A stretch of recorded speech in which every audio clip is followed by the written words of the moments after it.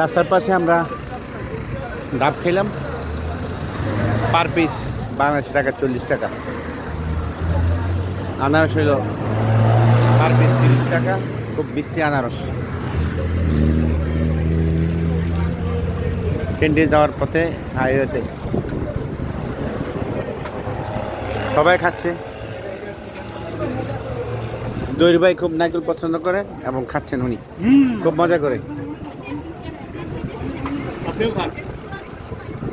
আমার ওই ইয়াটা হলে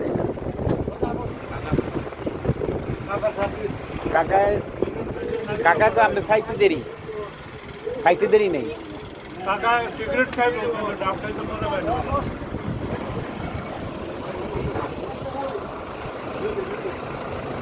অলি ভাইও দেখা যায় নারকেল খুব পছন্দ করেন, উনি নারকেল খাচ্ছেন খুব ভালোভাবে। হ্যাঁ,